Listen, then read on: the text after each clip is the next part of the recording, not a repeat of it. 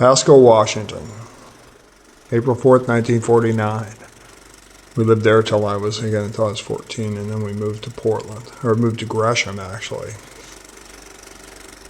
There were 6 of us. It was absolute chaos. It was the classic dysfunctional family. My dad was a very, very angry man, had a violent temper, didn't drink or anything, but he was pretty intense. And my mom was a talented musician, writer, and the home life was a zoo. The 6 kids, things were always torn up. The house was a pig pen. It was just such an unhappy time. I don't think about it too much.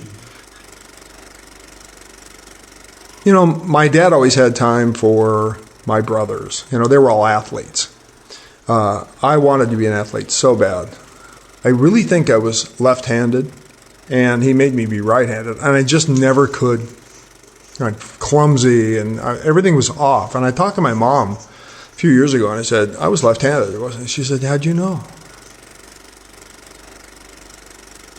My mother was a Mormon, and we had to go to the Mormon church.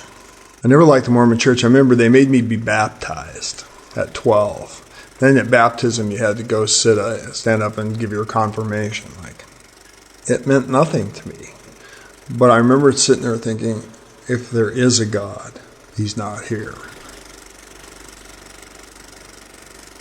A guy that owned a tire store in Kennewick, and he was my Sunday school teacher, and I was about 12 again, and he was talking about Genesis and the beginning of the world and all this kind of stuff. And what about life in outer space? What about the dinosaurs? What about, all these questions about the beginning of the universe and how did God do this? And after about half hour of every time he'd start, I had another question.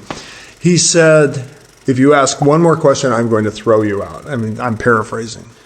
I don't know the answers to these questions. Period. If you want to know the answers to these questions, you keep asking God, and I promise you, God will give you those answers. And that was good enough for me. I said, okay, great. Class was over. Never thought about it again. My grandmother and my mom and ex-wife and all these people are praying for me. I can't even sleep.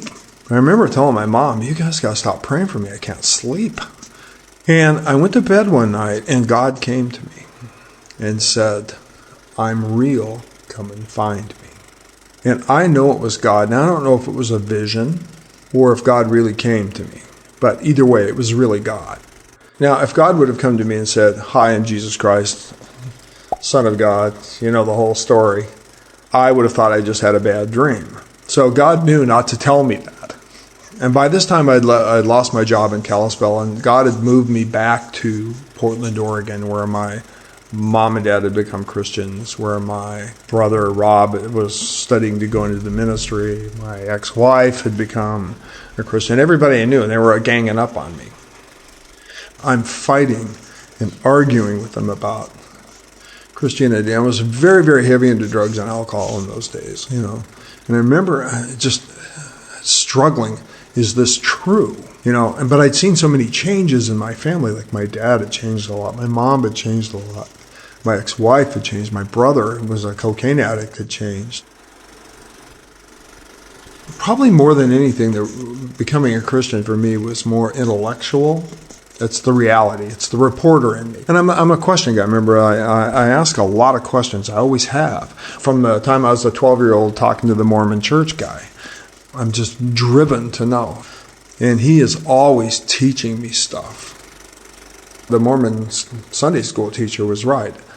God did answer my questions. He continues to answer my questions. God meets us every day right where we are. I found Christ, and He saved me from absolute depravity. He took me out of the worst possible condition that I was in. I am grateful to Him because He reached down and pulled me out of the mud.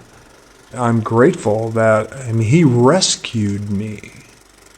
He loved me enough to work with me all these years in spite of setback after setback after setback. 2 steps back, 1 step forward. Loved me enough, still loves me enough to, if tomorrow I actually got where he wanted me to be, he'd be there with open arms. And that if I never got there, he'd still be there with open arms. I'm just grateful that he cared about me at all. And I'm so blessed.